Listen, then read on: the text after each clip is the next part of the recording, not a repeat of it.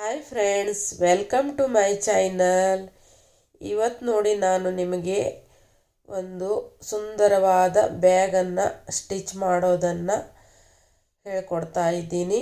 ನೋಡಿ, ಇದು ಮೊಬೈಲ್ ಹಾಕ್ಕೊಂಡು ಹಾಗೆ ಸ್ವಲ್ಪ ಮೇಕಪ್ ಸಾಮಾನು ಹಾಗೆ ದುಡ್ಡು ಹಾಕ್ಕೊಂಡು ಇಟ್ಕೋಬೋದು. ಇದರಲ್ಲಿ ತುಂಬ ಚೆನ್ನಾಗಿದೆ ಬ್ಯಾಗು, ತುಂಬ ಗಟ್ಟಿಮುಟ್ಟಾಗಿ ಮನೆಯಲ್ಲಿ ಸ್ಟಿಚ್ ಮಾಡಿರುವಂಥ ಬ್ಯಾಗು. ಇದನ್ನು ಹೇಗೆ ಸ್ಟಿಚ್ ಮಾಡುವುದು, ಹಾಗೆ ಎಷ್ಟು ಅಳತೆ ತಗೋಬೇಕು ಅಂತ ನಿಮಗೆ ಕ್ಲಿಯರಾಗಿ ನಾನು ತಿಳಿಸ್ಕೊಡ್ತಾ ಇದ್ದೀನಿ. ನೀವು ಕೂಡ ಇದೇ ರೀತಿ ಮನೆಯಲ್ಲಿರುವ ವೇಸ್ಟ್ ಪೀಸ್ಗಳಿಂದ ಈ ಥರ ಬ್ಯಾಗನ್ನು ರೆಡಿ ಮಾಡಿ ನೀವು ಕೂಡ ಸೇಲ್ ಮಾಡಬಹುದು. ಅದಕ್ಕಾಗಿ ನೀವು ಕೂಡ ಕಲೀಲಿ ಅಂತ ಹೇಳಿ ಒಂದು ಬ್ಯಾಗನ್ನು ಸ್ಟಿಚ್ ಮಾಡಿ ನಿಮಗೆ ತೋರಿಸ್ತಾ ಇದ್ದೀನಿ. ನೋಡಿ, ನೀವು ಕಲಿತುಕೊಳ್ಳಿ. ಇದರಿಂದ ನೀವು ಸಾಕಷ್ಟು ಅರ್ನ್ ಮಾಡ್ಬೋದು.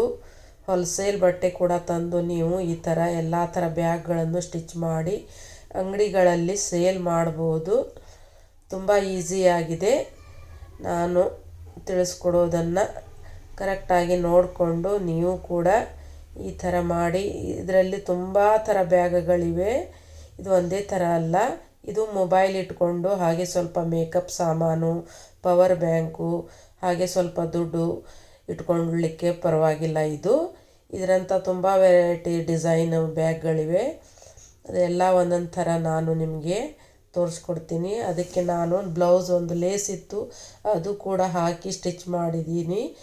ಆ ಲೇಸ್ ಹಾಕಿದ್ರಿಂದ ಎಷ್ಟು ಚೆನ್ನಾಗಿ ಬಂದಿದೆ ನೋಡಿ. ಈ ಥರ ನೀವು ಐಡಿಯಾಗಳನ್ನು ಉಪಯೋಗಿಸ್ಕೊಂಡು ಇನ್ನೂ ಸುಂದರವಾಗಿ ನೀವು ಸ್ಟಿಚ್ ಮಾಡ್ಕೋಬಹುದು. ಈಗ ಸ್ಟಿಚ್ ಮಾಡುವುದನ್ನು ಹೇಳ್ಕೊಡ್ತೀನಿ, ನೋಡ್ಕೊಳ್ಳಿ.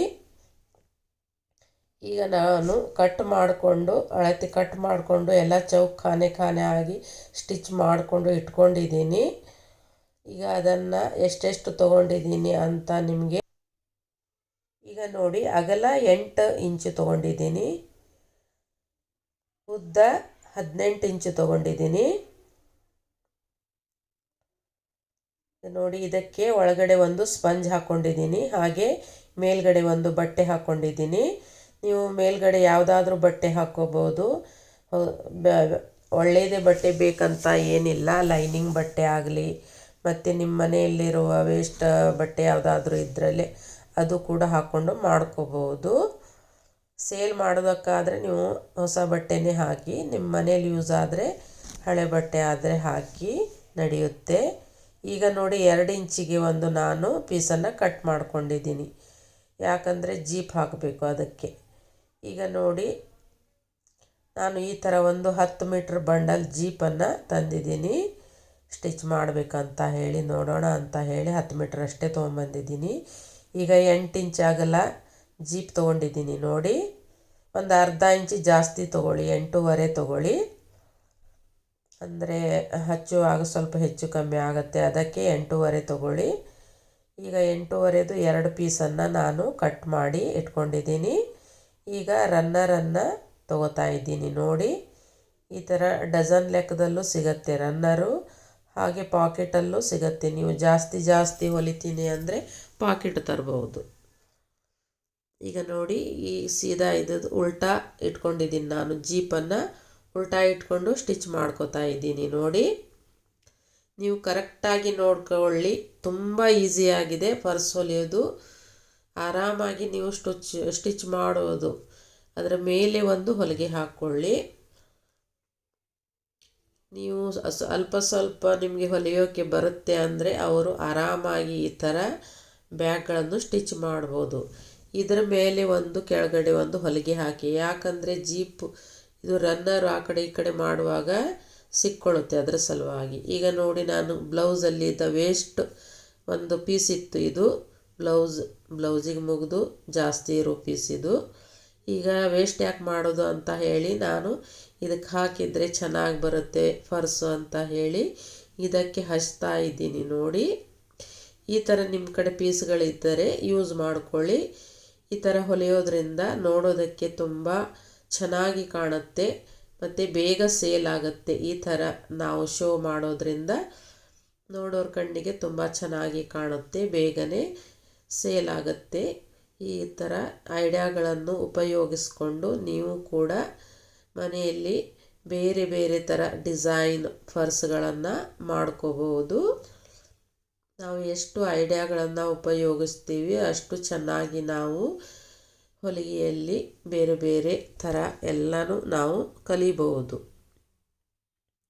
ಈಗ ನೋಡಿ ಇನ್ನೊಂದು ಜೀಪನ್ನು ಈಗ ಹಚ್ಕೋತಾ ಇದ್ದೀನಿ. ಇದು ಜೀಪ್ ಅಂದರೆ ಇನ್ನೊಂದು ಪಟ್ಟಿ, ಇದು ಕಟ್ ಮಾಡಿದ್ದು ಇತ್ತಲ್ಲ ಆ ಪಟ್ಟಿ, ಇದು 2 ಇಂಚ್ ಏನು ಕಟ್ ಮಾಡಿದ್ವಲ್ಲ ಅದು ಈಗ ಹಚ್ಕೋತಾ ಇದ್ದೀನಿ. ಹಚ್ಕೊಂಡು ಈಗ ನೋಡಿ ಅದರ ಮೇಲೆ ಒಂದು ಸ್ಟಿಚ್ ಹಾಕೋತಾ ಇದ್ದೀನಿ. ಸ್ಟಿಚ್ಚನ್ನು ಕರೆಕ್ಟಾಗಿ ನೀಟಾಗಿ ಹಾಕ್ಕೊಳ್ಳಿ, ಒಳಗಡೆ ಯಾವುದೇ ರೀತಿಯೂ ಸಿಕ್ಕೋಬಾರ್ದು. ಡಬಲ್ ಹೊಲಿಗೆ ಹಾಕ್ಕೊಳ್ಳಿ, ಯಾಕಂದರೆ ರನ್ನರ್ ಹಾಕುವಾಗ ಎಳೆದಾಡುವಾಗ ಅದು ಬಟ್ಟೆ ಸಿಕ್ಕೋಬಾರ್ದು, ಆ ಥರ ನೀವು ಸ್ಟಿಚ್ ಮಾಡ್ಕೋಬೇಕು.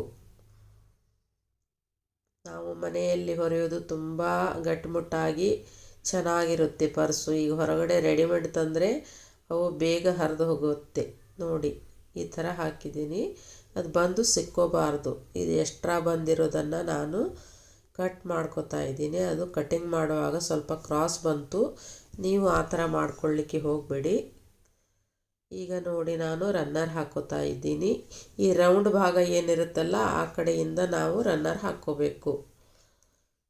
ಈಗ ಒಂದು ಸಣ್ಣ ಎಳೆಯನ್ನು ನಾವು ಆ ಜೀಪಿಂದ ತಕ್ಕೋಬೇಕು, ಅಂದರೆ ಈಸಿ ಆಗುತ್ತೆ ರನ್ನರ್ ಹಾಕ್ಕೊಳ್ಳೋದಕ್ಕೆ. ನೋಡಿ ಎಷ್ಟು ಈಸಿಯಾಗಿ ಬಂತು. ನೀವು ಕೂಡ ಇದೇ ರೀತಿ ಒಂದು ಎಳೆಯನ್ನು ಎಳೆದು ಅದರಿಂದ ನೀವು ಹಾಕ್ಕೊಳ್ಳಿ, ತುಂಬ ಈಸಿಯಾಗಿ ಬಂದುಬಿಡುತ್ತೆ. ಫಸ್ಟಿಗೆ ಸ್ವಲ್ಪ ಕಷ್ಟ ಅನಿಸುತ್ತೆ, ಆದರೆ ನೀವು 1-2 ಸಲ ಮಾಡಿದರೆ ಸಾಕು, ನಿಮಗೆ ಈಸಿಯಾಗಿ ಬಂದುಬಿಡುತ್ತೆ. ನನಗೆ ಫಸ್ಟ್ ಟೈಮ್ ಸ್ವಲ್ಪ ಕಷ್ಟ ಅನ್ನಿಸ್ತು, ಆಮೇಲೆ ಸೆಕೆಂಡ್ ಟೈಮ್ ಈಸಿ ಆಯಿತು. ಈಗ ನೋಡಿ ಎಳೆದಾಡುವಾಗ ಹೋಗಬಾರ್ದು ಅಂತ ಹೇಳಿ ಇಲ್ಲೊಂದು ಸ್ಟಿಚ್ ಹಾಕೋತಾ ಇದ್ದೀನಿ. ಈಗ ನೋಡಿ ಈ ಕಡೆ ಸ್ವಲ್ಪ ಕ್ರಾಸ್ ಬಂದಿತ್ತದು, ಹೀಗಾಗಿ ಕಟಿಂಗ್ ಮಾಡ್ಕೋತಾ ಇದ್ದೀನಿ. ಈಗ ಪಾಕೆಟನ್ನು ನಾವು ಸ್ಟಿಚ್ ಮಾಡೋದು ನೋಡಿ, ಇದನ್ನು ನಾನು ಕಟಿಂಗ್ ಮಾಡಿ ಇಟ್ಕೊಂಡಿದ್ದೀನಿ. ಇದು ಕೂಡ 8 ಅಗಲ 9 ಉದ್ದ, ಯಾಕಂದರೆ 9 ಉದ್ದ ಅಂದರೆ ನಾವು 18 ತೊಗೊಂಡಿದ್ದೀವಲ್ಲ ಪಾಕೆಟ್ ಉದ್ದ, ಅದರ ಅರ್ಧ ನಾವು ತೊಗೋಬೇಕು. 9 ಉದ್ದ ತೊಗೊಂಡಿದ್ದೀನಿ. ಹಾಗೆ ಕೆಳಗಡೆ ಸ್ವಲ್ಪ ಫೋಲ್ಡ್ ಮಾಡಿ ಸ್ಟಿಚ್ ಮಾಡ್ಕೊಂಡಿದ್ದೀನಿ. ಈಗ ಇದನ್ನು ಈ ರೀತಿ ಇಟ್ಕೊಂಡು ನಾವು ಸ್ಟಿಚ್ ಮಾಡ್ಕೋಬೇಕು.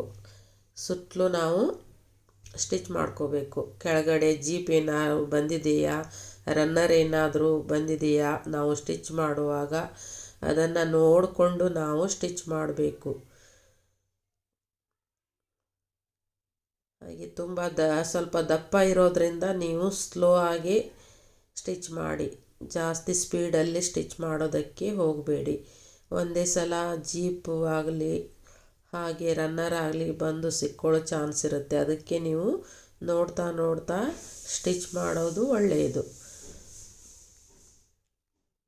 ನೋಡಿ ಹೀಗೆ ಸುತ್ತಲೂ ನೀವು ಸ್ಟಿಚ್ ಮಾಡ್ಕೋಬೇಕು. ಆಮೇಲೆ ಎಕ್ಸ್ಟ್ರಾ ಏನು ಬಟ್ಟೆ ಬಂದಿದೆ ಅಲ್ಲ ಅದನ್ನು ನೀವು ಕಟ್ ಮಾಡ್ಕೋಬೇಕು. ನೋಡಿ ಈಗ ಎಕ್ಸ್ಟ್ರಾ ಬಂದಿರೋದನ್ನು ಕಟ್ ಮಾಡಿದ್ದೀನಿ. ಈ ಸೈಡು ಎಕ್ಸ್ಟ್ರಾ ಬಂದಿದೆ ಸ್ವಲ್ಪ, ಅದೆಲ್ಲ ನಾನು ಕಟ್ ಮಾಡ್ಕೋತಾ ಇದ್ದೀನಿ, ವೇಸ್ಟ್ ಇದ್ದಿದ್ದೆಲ್ಲ. ಈಗ ನೋಡಿ ಒಂದು ಕಡೆ ರನ್ನರ್ ಪಾಕೆಟ್ ರನ್ನರ್ ಹಾಕಿ ಆಯಿತು. ಈಗ ಮೇನ್ ಜೀಪ್ ಹಾಕಬೇಕು.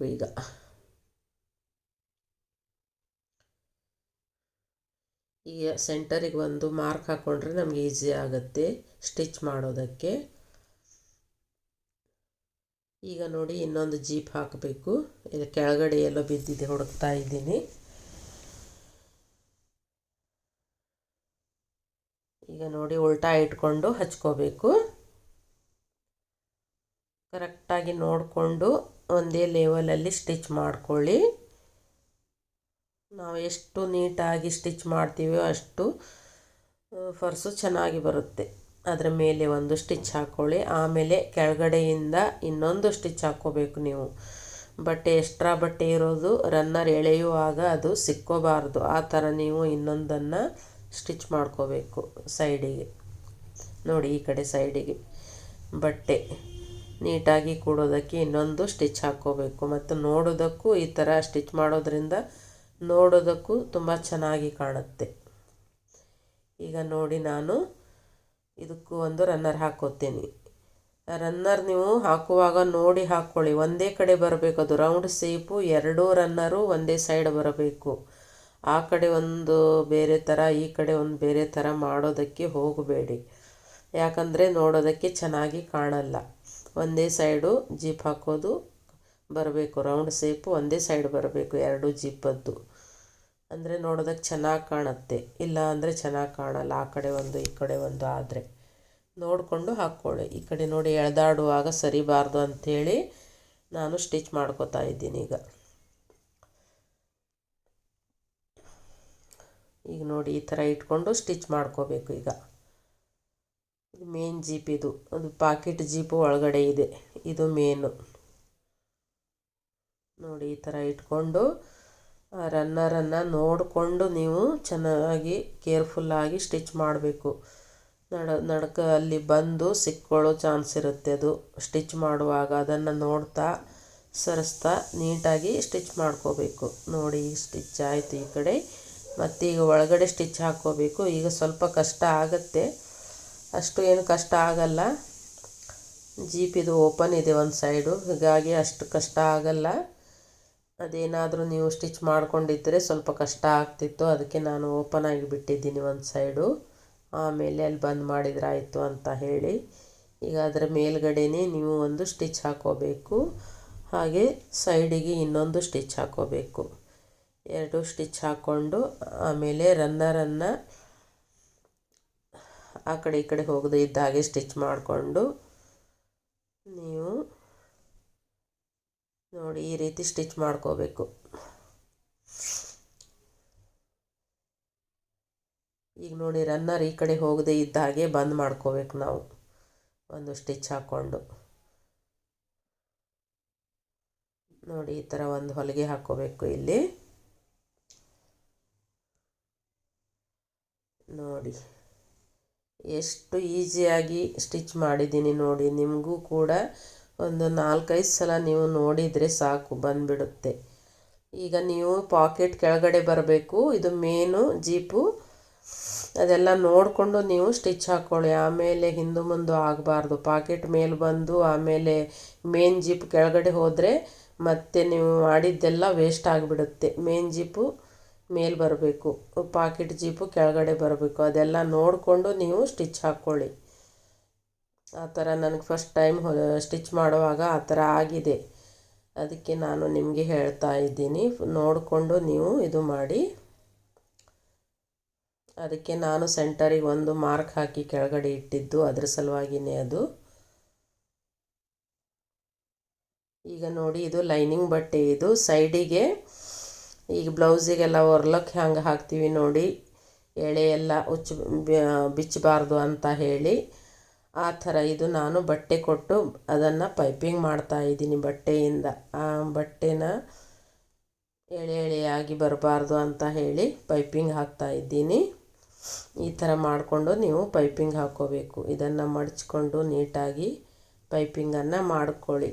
ಸ್ವಲ್ಪ ಸ್ಟಿಚ್ ಮಾಡುವಾಗ ದಪ್ಪ ಇರುತ್ತೆ ಬಟ್ಟೆ, ನೋಡಿಕೊಂಡು ಸ್ಲೋ ಆಗಿ ಸ್ಟಿಚ್ ಮಾಡಿ. ಒಂದೇ ಸಲ ಸ್ಪೀಡಾಗಿ ಸ್ಟಿಚ್ ಮಾಡೋದಕ್ಕೆ ಹೋಗಬೇಡಿ, ಯಾಕಂದರೆ ಸೂಜಿ ಮುರಿಯೋ ಚಾನ್ಸ್ ತುಂಬ ಇರುತ್ತೆ.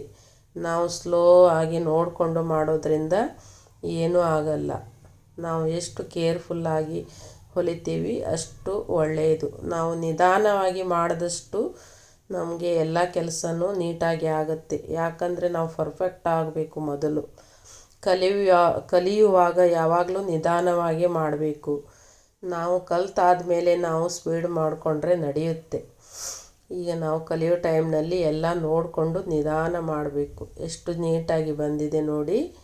ಈಗ ನೀವು ಎಷ್ಟೇ ಯೂಸ್ ಮಾಡಿದರೂ ಈ ಪರ್ಸು ಏನೂ ಆಗಲ್ಲ. ನೀವು ಎಷ್ಟು ವರ್ಷ ಬೇಕಾದರೆ ನೀವು ಯೂಸ್ ಮಾಡಿ, ಇದು ಏನೂ ಆಗಲ್ಲ. ನೀವು ಬೇಜಾರು ಬಂದು ಮತ್ತೆ ಬೇರೆ ತೊಗೋತೀರ ಪರ್ಸು, ಅಷ್ಟು ಗಟ್ಟಿಯಾಗಿ ಬರುತ್ತೆ ಇದು. ನಾವು ಮನೇಲಿ ಮಾಡಿದ ವಸ್ತು ಹಾಗೆ ಏನೂ ಆಗಲ್ಲ. ಈಗ ರೆಡಿಮೇಡ್ ತಂದರೆ ಬೇಗ ಕೆಟ್ಟು ಹೋಗುತ್ತೆ, ಎಲ್ಲ ಬೆಲ್ಟ್ ಹೋಗೋದು, ಜೀಪ್ ಹೋಗೋದು, ಈ ಥರ ಎಲ್ಲ ಆಗತ್ತೆ. ಆದರೆ ಮನೆಯಲ್ಲಿ ನಾವು ಸ್ಟಿಚ್ ಮಾಡೋದು ಈ ಥರ ಗಟ್ಟಿಮುಟ್ಟಾಗಿ ಸ್ಟಿಚ್ ಮಾಡಿದರೆ ಏನೂ ಆಗಲ್ಲ. ಎಷ್ಟು ಯೂಸ್ ಮಾಡಿದರೂ ಏನೂ ಆಗಲ್ಲ. ಬೇಜಾರು ಬಂದು ನಾವೇ ಎಸಿಬೇಕು ಅಷ್ಟೆ. ಈಗ ನೋಡಿ ಈ ಥರ ಮಡಚ್ಕೊಂಡು ನೀಟಾಗಿ ಹೊಲ್ಕೋಬೇಕು. ಎಲ್ಲಿ ಒಂದು ಎಳೆ ಕೂಡ ಕಾಣಿಸಲ್ಲ ನೋಡಿ, ಅಷ್ಟು ನೀಟಾಗಿ ಬಂದಿದೆ. ನೀವು ಕೂಡ ಇದೇ ರೀತಿ ವೇಸ್ಟ್ ಬಟ್ಟೆ ಮನೇಲಿ ಎಷ್ಟೋ ಟೇಲರ್ಗಳಿಗಂತೂ ಎಷ್ಟೋ ಪೀಸ್ ಮನೇಲಿ ಬಿದ್ದಿರುತ್ತೆ. ಅದು ಏನು ಮಾಡಬೇಕು ಅಂತ ಯೋಚನೆ ಮಾಡ್ತಾನೆ ಇರ್ತೀರ. ಈ ಥರ ಯೂಸ್ ಮಾಡಿ, ನೀವು ಯೂಸ್ ಮಾಡಿಕೊಂಡು ಸೇಲ್ ಮಾಡಿ. ನಿಮಗೆ ಆರಾಮಾಗಿ ಏನಾದರೂ ಮನೆಯಲ್ಲಿಯೇ ಏನಾದರೂ ಮಾಡ್ಬೋದು. ಬಟ್ಟೆ ಇಲ್ಲ ಅಂದರೆ ಹೋಲ್ಸೇಲ್ ಮಾರ್ಕೆಟಲ್ಲಿ ಹೋಗಿ ಬಟ್ಟೆ ತಂದು ಅಲ್ಲಿ ಆ ಥರನೂ ಮಾಡ್ಬೋದು. ಬಟ್ಟೆ ಇದ್ದವರು ಈ ಥರ ಮಾಡ್ಬೋದು. ಇದು ನನ್ನ ಕಡೆ ಇರೋದು ವೇಸ್ಟ್ ಬಟ್ಟೆ ಇತ್ತು. ಇದು ಯಾವುದೋ ಡ್ರೆಸ್ ಹೊಲಿದಿದ್ದು. ಆ ಬಟ್ಟೆ ತೊಗೊಂಡು ನಾನು ಈಗ ಹೊಲಿದಿದ್ದೀನಿ. ನೋಡಿ ಎಷ್ಟು ಚೆನ್ನಾಗಿ ಬಂತು ನೋಡಿ. ಅದು ಮೂಲೆ ಕರೆಕ್ಟಾಗಿ ಬರಲಿಲ್ಲ ಅಂದರೆ ಒಂದು ಸ್ಕ್ರೂ ವೈರ್ ತೊಗೊಂಡು ಅದನ್ನು ನೀಟಾಗಿ ಮಾಡ್ಕೊಂಡು ಮೂಲೆ ನೋಡಿ ಎಷ್ಟು ನೀಟಾಗಿ ಬಂತು. ಈಗ ಬೆಲ್ಟ್ ಒಂದು ಹಚ್ಚಿದರೆ ಆಯಿತು, ಪರ್ಸ್ ರೆಡಿ ಆಗುತ್ತೆ. ನೋಡಿ 2 ಪಾಕೆಟ್ ಎಷ್ಟು ಚೆನ್ನಾಗಿ ಬಂದಿದೆ. ಆ ಲೇಸ್ ಹಾಕೋದ್ರಿಂದ ಎಷ್ಟು ಶೋ ಕಾಣುತ್ತೆ ನೋಡಿ ಅದು. ಈಗ ನೋಡಿ ಬೆಲ್ಟನ್ನು ನಾನು 4 ಇಂಚ್ ಬಟ್ಟೆ ಅಗಲ ತೊಗೊಂಡು 1 ಇಂಚು ಅಗಲ ಸ್ಟಿಚ್ ಮಾಡಬೇಕು. ಅದನ್ನು 4 ಇಂಚು ತೊಗೊಂಡಿದ್ದೀನಿ ಬಟ್ಟೆ. 1 ಇಂಚು ಅಗಲ ಬರಬೇಕು. ನಾವು ಸ್ಟಿಚ್ ಮಾಡಿದ್ರ ಮೇಲೆ 1 ಇಂಚು ಬರಬೇಕದು. ಮತ್ತು ಉದ್ದ 55 ಇಂಚು ನಾನು ತೊಗೊಂಡಿದ್ದೀನಿ. ನೀವು ಬೇಕಾದರೆ ಸಣ್ಣನೂ ಮಾಡ್ಕೋಬೋದು, ಬೇಕಾದರೆ ದೊಡ್ಡದು ಮಾಡ್ಕೋಬೋದು. ನಿಮಗೆ ಎಷ್ಟು ಬೇಕೋ ಅಷ್ಟು ಮಾಡ್ಕೊಳ್ಳಿ. ಜಾಸ್ತಿ ಅಂದರೆ 55-50 ಹಾಕ್ಬೋದು. ನೀವು ಅದಕ್ಕಿಂತ ಜಾಸ್ತಿ ಬೇಕಂದರೆ ನೀವು ತೊಗೋಬೋದು ಉದ್ದ. ನಾನು 50-55 ತೊಗೊಂಡಿದ್ದೀನಿ ನಾನು. ನೋಡಿ ಈಗ 1 ಇಂಚಿಗೆ ಮಾರ್ಕ್ ಹಾಕ್ಕೊಳ್ಳಿ 2 ಕಡೆ. ಅದು ಬೆಲ್ಟ್ ಹೊಲಿಯೋದೆಲ್ಲ ನಾನು ತೋರಿಸ್ಲಿಕ್ಕೆ ಹೋದರೆ ವಿಡಿಯೋ ತುಂಬ ಲೆಂತಿ ಆಗಿಬಿಡುತ್ತೆ. ಹೀಗಾಗಿ ನಾನು ತೋರಿಸೋದಕ್ಕೆ ಹೋಗಿಲ್ಲ. ಅದೇನು ಗೊತ್ತಾಗತ್ತೆ ಅಂತ ಹೇಳಿ.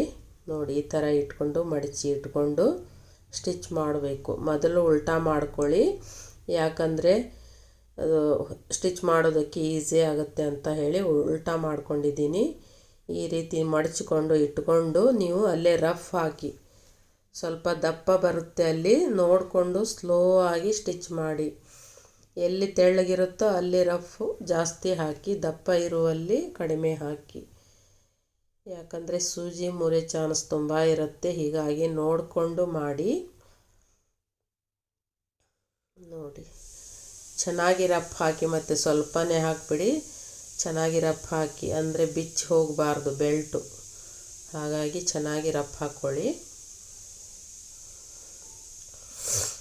ತಿರುಗಿಸ್ಕೊಂಡು ಎಲ್ಲಿ ತೆಳ್ಳಗೆ ಜಾಸ್ತಿ ಇರುತ್ತೋ ಅಲ್ಲಿ ಜಾಸ್ತಿ ರಫ್ ಹಾಕಿ, ದಪ್ಪ ಇರುವಲ್ಲಿ ಕಡಿಮೆ ಹಾಕಿ. ನೋಡಿ ಈ ಥರ ಹಾಕ್ಕೊಳ್ಳಿ. ತುಂಬ ಚೆನ್ನಾಗಿ ಯೂಸ್ ಆಗುತ್ತೆ ಇದು. ಪರ್ಸು ಎಲ್ಲಾದರೂ ಹೋಗುವಾಗ ಮೊಬೈಲ್ ಇಟ್ಕೊಂಡು, ಹಾಗೆ ಮೇಕಪ್ ಸ್ವಲ್ಪ ಸಾಮಾನು ಇಟ್ಕೊಂಡು, ಆಮೇಲೆ ಸ್ವಲ್ಪ ದುಡ್ಡು ಇಟ್ಕೊಂಡು, ಪವರ್ ಬ್ಯಾಂಕು ಈ ಥರ ಎಲ್ಲ ಇಟ್ಕೊಂಡು ಹೋಗ್ಬೋದು. ನಿಮ್ಮ ಮೊಬೈಲು ಅಲ್ಲಿಟ್ಟೆ ಇಲ್ಲಿಟ್ಟೆ ಕಳೆದು ಹೋಯಿತು ಅನ್ನೋ ಟೆನ್ಷನ್ ಇರೋದಿಲ್ಲ. ನಾವು ಈ ಥರ ಹಾಕ್ಕೊಂಡು ಕೊಳ್ಳಿಗೆ ಹಾಕ್ಕೊಂಡ್ರೆ ಸಾಕು, ನಮ್ಮ ಮೈ ಮೇಲೇ ಇರುತ್ತೆ, ಎಲ್ಲೂ ಹೋಗಲ್ಲ. ಯಾವ ಹೆದರಿಕೆನೂ ಇಲ್ಲ. ಮೊಬೈಲ್ ಬಗ್ಗೆ ಟೆನ್ಷನ್ನೂ ಇರೋದಿಲ್ಲ. ದುಡ್ಡು ಆಗಲಿ ಮೇಕಪ್ ಸಾಮಾನಾಗಲಿ ನಿಮ್ಮ ಹತ್ರನೇ ಇರುತ್ತೆ. ಈ ರೀತಿ ನೀವು ಕೂಡ ಮಾಡಿಕೊಳ್ಳಿ, ಹಾಗೂ ಬೇರೆಯವರಿಗೂ ಮಾಡಿ ಸೇಲ್ ಮಾಡಿ. ನಿಮಗೂ ಒಂದು ಬಿಸ್ನೆಸ್ ಆಗುತ್ತೆ. ಏನಾದರೂ ಅರ್ನ್ ಮಾಡೋದಕ್ಕೆ ಒಂದು ದಾರಿ ಸಿಕ್ಕ ಹಾಗೆ ಆಗುತ್ತೆ. ಈ ಥರ ನೋಡಿಕೊಂಡು ಕಲ್ತ್ಕೊಳ್ಳಿ, ತುಂಬ ಯೂಸ್ ಆಗುತ್ತೆ ನೋಡಿ. ಮನೆಯಲ್ಲೂ ನಿಮ್ಮ ಮನೆಯವರಿಗೆ ಯಾರ್ಯಾರು ಬೇಕೋ ಅವರಿಗೂ ಸ್ಟಿಚ್ ಮಾಡ್ಕೋಬೋದು. ಅವರಿಂದ ನೀವು ದುಡ್ಡು ಇಸ್ಕೊಳ್ಳಿ. ಮತ್ತು ಹಾಗೆ ಮಾಡೋದಕ್ಕೆ ಹೋಗಬೇಡಿ, ಯಾಕಂದರೆ ನೀವು ಕಷ್ಟಪಟ್ಟಿರ್ತೀರ. ಅಷ್ಟೆಲ್ಲ ನೀವು ಇಸ್ಕೊಂಡು ಮಾಡಿ ಕೊಡಿ. ಫ್ರೀಯಾಗಿ ಏನು ಮಾಡೋದಕ್ಕೆ ಹೋಗಬೇಡಿ. ಎಲ್ಲ ಸಾಮಾನು ನೀವು ಜೀಪ್ ತರಬೇಕು, ರನ್ನರ್ ತರಬೇಕು, ಬಟ್ಟೆ ತರಬೇಕು, ಎಲ್ಲ ಅದಕ್ಕೆ ತುಂಬ ಖರ್ಚಿದೆ. ನೋಡಿ ಎಷ್ಟು ಚೆನ್ನಾಗಿ ಬಂತು ನೋಡಿ. ಮೊಬೈಲು ಇಟ್ಕೊಳ್ಳೋ ಬ್ಯಾಗು ತುಂಬ ಚೆನ್ನಾಗಿ ಬಂತು ನೋಡಿ. ನೀವು ಕೂಡ ಇದೇ ರೀತಿ ಸ್ಟಿಚ್ ಮಾಡಿಕೊಂಡು ನನ್ನ ವಿಡಿಯೋ ಹೇಗೆ ಬಂದಿದೆ ಅಂತ ನೀವು ಕಮೆಂಟ್ ಮೂಲಕ ತಿಳಿಸಿ. ನೀವು ಕಮೆಂಟ್ ಮಾಡಿದರೆ ನನಗೆ ತುಂಬ ಖುಷಿ ಆಗುತ್ತೆ. ಈ ಖುಷಿಯಿಂದ ಮತ್ತೆ ಬೇರೆ ಒಳ್ಳೊಳ್ಳೆ ನಾನು ನೋಡಿ ಮತ್ತೆ ಬೇರೆ ಬೇರೆ ಡಿಸೈನ್ ಬ್ಯಾಗ್ಗಳನ್ನು ವಿಡಿಯೋಗಳನ್ನು ಹಾಕ್ಬೋದು. ಹಾಗೆ ಒಂದು ಲೈಕ್ ಕೊಡಿ, ಸಬ್ಸ್ಕ್ರೈಬ್ ಮಾಡಿಕೊಂಡು ವಿಡಿಯೋನ ನೋಡಿ ಪ್ಲೀಸ್. ನೋಡಿ ಎಷ್ಟು ಚೆನ್ನಾಗಿ ಬಂತು ನೋಡಿ, ಬ್ಯಾಗು ಎಷ್ಟು ಚೆನ್ನಾಗಿ ಕಾಣುತ್ತೆ ನೋಡಿ. ಈ ರೀತಿ ನೀವು ಬೇರೆ ಬೇರೆ ಮತ್ತು ತುಂಬ ಡಿಸೈನ್ ಇದೆ. ಮತ್ತೆ ಸಿಗೋಣ ಮುಂದಿನ ವಿಡಿಯೋದೊಂದಿಗೆ. ನಮಸ್ಕಾರ.